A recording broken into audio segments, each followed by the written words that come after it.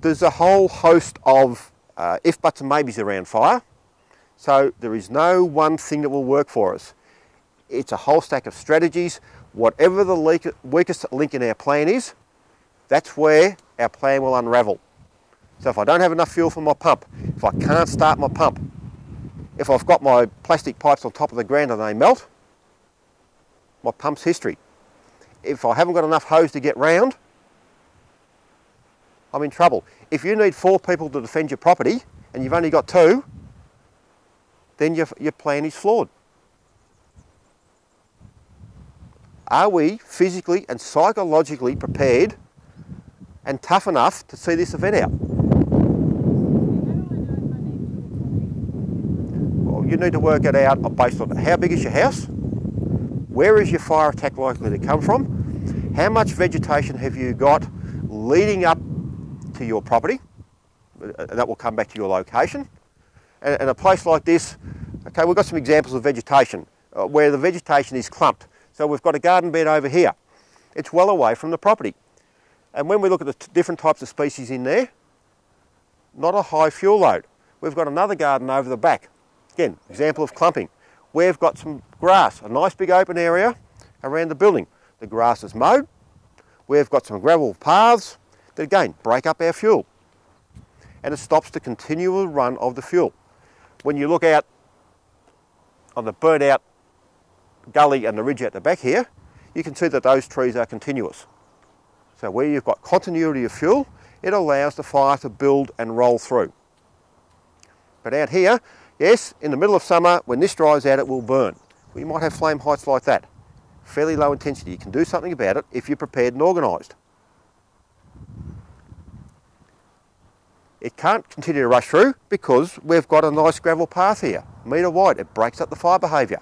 So we might have fire here, we might have fire here, depending on the mulching. So the secret to the drought, we were told, is mulch your gardens. So we all went down and filled up the trailer with red gum chips and all the rest of it and put it up against our house. So we've introduced more fine fuel. So perhaps your answer is a coarse sandstone, gravel or something similar. So up close to your buildings. So you reduce your fine fuels. If the fine fuels don't burn, you reduce the possibility of other garden items becoming involved in the fire up close to your home. Put succulents in. It's really looking at what can you do about protecting your property. Okay, and most of us have fallen for the old 3-card trick. We go and plant the garden under the eaves up against the building. So for some of us, we've got some landscaping work possibly to do. Now just before we finish off, a couple of take-home messages out of all this is that this summer has the potential to have extreme fire behaviour, which could well impact on our communities. Your task in this, as the most important part of the task, is prepare, act, survive. How are you going to find out about this event? There is no one reliable information. But on a really hot day, where you've shut the doors, shut the windows, got the air conditioner running flat out, and got the Towering Inferno on a DVD, and think, well, I'm right. Every 15 minutes you need to be going outside and observe, eyes, nose, ears. What can I see? What can I smell? What can I hear? Monitor the radio. ABC, some of the commercial stations might help. There might be what we call the state emergency warning system, maybe over the radio. Your phone might go beep, beep, beep. You still need a plan on what you are going to do to ensure your survival and the survival of your family. There is no guaranteed message. There is no guarantee that you will get a warning. The fire may have started on your property 100 metres from your home. And if you're sitting there expecting your mobile phone to go off, it's a bit late. Why would my mobile phone go off? Why would it? Yeah. Because one of the initiatives is the National Emergency Warning System, that you may get a message. Okay. However, in Dixon's Creek today, how reliable are your mobile phones? They're not. They're dodgy on the best of days. So when the system is under stress, I think I'm going to get a message. The other major problem with all this is, whether it be your mobile phone message, a Sue's warning on the radio, the announcer on the radio saying there was a bushfire burning here. Who's Sue? SEWS, State Emergency Warning System. What's new? SEWS. Okay? So, again, you will read more about this in the paper. You may get some information off the various websites of CFA and DSE, providing you still got your power. You need to have a map book on the table so you know where these places are to be mentioned.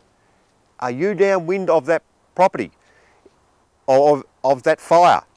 If it's to your south, you need to know about that. Under that southwesterly wind change, it may come and visit you late in the day.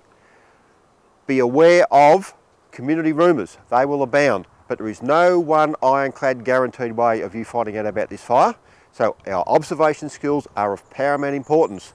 If you don't want to be mixed up in the fire, then our planning and preparation and our acting is around relocating ourselves out of the district well before a fire has even started. So look, I'd like to thank you for coming along tonight.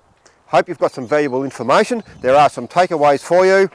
Workbook to understand a little bit more about fuel weather topography and starting your planning. The can I or can't I, what you can and can't do in a declared summer fire danger period.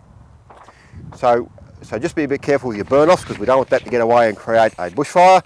For those of you who live in the grasslands, a book there on understanding grass fires. They're a much less intense fire, but they move a lot faster than a bushfire. And the Victorian Bushfire Information Line may also be a source of information to you. But please, on an extreme day, don't ring up and ask if you can have your Weber on. They're flat out trying to get information out to the public who may be affected by a fire. So if you take a set of that and go home and have a discussion with all the members in your family about what you are going to do around, is it a school day? Is it a weekend? Who's home? Who's not home? Who might be coming to my house? There are layers and layers of this plan. It gets quite complex. But your planning, your preparation, the time you are going to take some action and act to ensure your survival is of absolute vital importance. So thank you for coming along tonight, and we look forward to seeing you all next year, safe and sound.